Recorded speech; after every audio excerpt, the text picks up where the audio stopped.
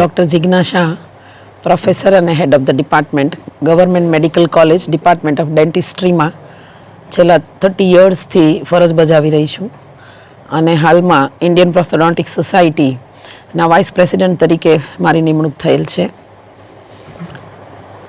આજના દિવસે એટલે કે 18 જાન્યુઆરીએ 22મી તારીખ પ્રોસ્થોડોન્ટિક્સ ડે તરીકે ઇન્ડિયન પ્રોસ્થોડોન્ટિક્સ સોસાયટીએ ઉજવવાનું નક્કી કરેલું છે ને છેલ્લા ઘણા વર્ષોથી પ્રોસ્થોડોન્ટિક્સ ડે તરીકે 22મી જાન્યુઆરીને ઉજવાઈ રહ્યું છે, જે અનુક્રમે 18 તારીખથી લઈ અને 22 તારીખ સુધી વિવિધ જનજાગૃતિ અને દર્દીઓના લાભાર્થે અલગ અલગ કાર્યક્રમોનું આયોજન department of dentistry medical college દ્વારા કરવામાં આવેલું છે, જે અંતર્ગત આજે સવારે 8 થી 9 એક સ્માઇલ વોક અને અવેરનેસ વોકાથોન અને સાયક્લોથોનનું આયોજન કરવામાં આવ્યું હતું. જે સંપૂર્ણ પ્રોગ્રામ અમારા ડીન શ્રી ડૉક્ટર ચિન્મય શાહ અને સુપ્રિન્ટેન્ડન્ટ શ્રીના સહયોગ અને સંપૂર્ણ ડેન્ટલ ડિપાર્ટમેન્ટના સહયોગથી બહુ જ સરસ રીતે સક્સેસફુલ થયું છે. જે વોકાથોન ડિપાર્ટમેન્ટ ઓફ ડેન્ટિસ્ટ્રીથી શરૂ કરી અને કાળાનાળાથી મેડિકલ કોલેજ અને પરત સરટી હોસ્પિટલ નર્સિંગ કોલેજ પૂર્ણ થયેલ છે અને જેમાં લગભગ 100 થી 150 પાર્ટિસિપન્ટ્સે પાર્ટ લીધો છે, જેમાં મેડિકલ સ્ટુડન્ટ્સ, નર્સિંગ કોલેજના સ્ટુડન્ટ્સ તેમજ common public, department of dentistry nursing staff, medical કોલેજના પ્રોફેસરો, ડીન સાહેબ, હોમિયોપેથી કોલેજના ડીન અને ડાયરેક્ટર ગિરીશભાઈ પટેલ સાહેબ અને એવી રીતે ઘણા બધા ડૉક્ટરોએ એમાં પાર્ટિસિપેટ કર્યું છે અને ખૂબ જ સરસ જનજાગૃતિનો કાર્યક્રમ આજે ગોઠવવામાં આવ્યો. સરળ ભાષામાં કહીએ તો પ્રોસ્થોડોન્ટિસ્ટ એટલે શું? પ્રોસ્થોડોન્ટિક્સ એટલે એ ચોકઠાના નિષ્ણાત જેને આપણે કહીએ, પણ હવે માત્ર ચોકઠાના નિષ્ણાત કેવું થોડું ઓછું પડે.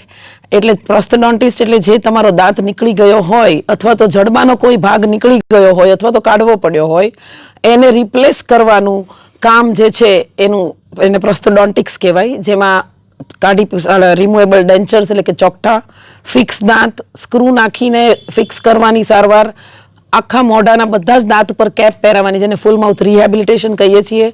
કેન્સર પછી જે લોકો દર્દીઓ જડબા ગુમાવતા હોય, નાક ગુમાવતા હોય, આંખ ગુમાવતા હોય, કાન ગુમાવતા હોય, એ બધું જ રિપ્લેસમેન્ટ કરવાનું જે કામ છે એ પ્રોસ્થેટિક ડેન્ટિસ્ટ્રીમાં આવે.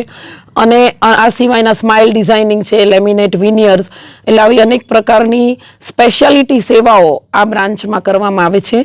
અને એનો આ દિવસ 22 જાન્યુઆરી અમે ઉજવીએ છીએ કે જેથી દર્દીઓમાં અવેરનેસ વધે અને દાંતની ખૂબ સાર સંભાળ લે અને દાંત ગુમાવે જ નહીં. આખો આ સપ્તાહ ઉજવવામાં આવે છે, શું કારણ? સમાજને શું ફાયદો? આ સપ્તાહ ઉજવવા પાછળ સમાજને મેઇન તો જનજાગૃતિ થાય અને પોતાના દાંતની સંભાળ લેતા થાય.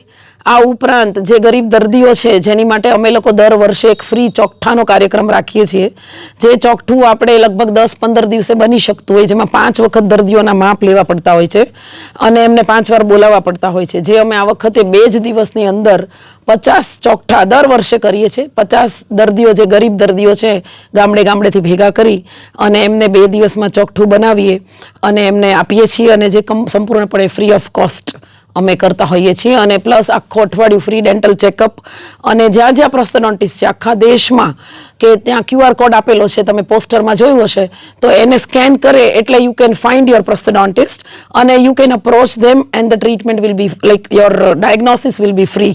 એટલે તમને જે નિદાન છે એ ફ્રી થાય એવું ઇન્ડિયન પ્રોસ્થોડોન્ટિક્સ સોસાયટીએ નક્કી કરેલ છે અને જે સમગ્ર દેશની દરેક બ્રાન્ચ એટલે કે દરેક સ્ટેટમાં આ પ્રમાણે અત્યારે આ પ્રોગ્રામ યોજાઈ રહ્યા છે. અને એના ભાગરૂપે આજે આપણે ભાવનગરમાં પ્રોગ્રામનું આયોજન કર્યું છે કે દર્દી એનો મેક્સિમમ ફાયદો લે અને અવેરનેસ આવે અને ખબર પડે કે આવી બધી સ્પેશિયાલિટી ટ્રીટમેન્ટ અવેલેબલ છે.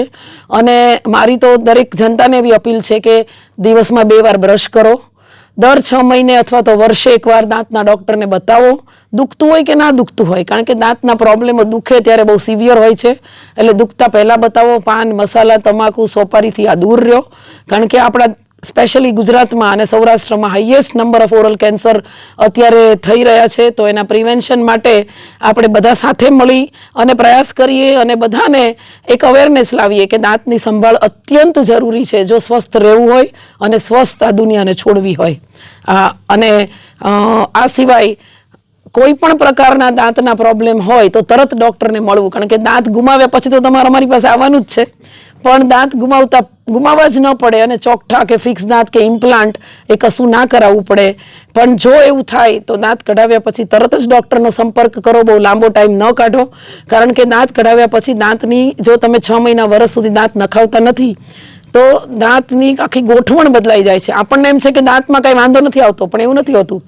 દાંત કઢાવી નાખીએ એટલે દાંત એની જગ્યાએથી હલવા માંડે છે, એ આગળ ડ્રિફ્ટ થઈ જાય, ઉપરથી દાંત નીચે આવી જાય, એટલે કોઈ સ્પેસ રહેતી નથી અને પ્લસ આખું બેલેન્સ ખોરવાઈ જાય, એટલે તમને ચાવવામાં મુશ્કેલી પડે. હવે બધા દાંત કઢાવી નાખો તો ચોકઠું બનાવી નાખવું જોઈએ અથવા ફિક્સ દાંત કરાવવા પડે, નહીંતર લાંબા ગાળે બધું હાડકું જતું રહે એટલે તમે ચોકઠું ના બનાવી શકો. એટલે આવા અલગ અલગ પ્રકારના અનેક પ્રશ્નો થાય જો દાંત કઢાવ્યા પછી આપણે દાંત નથી નખાવતા તો.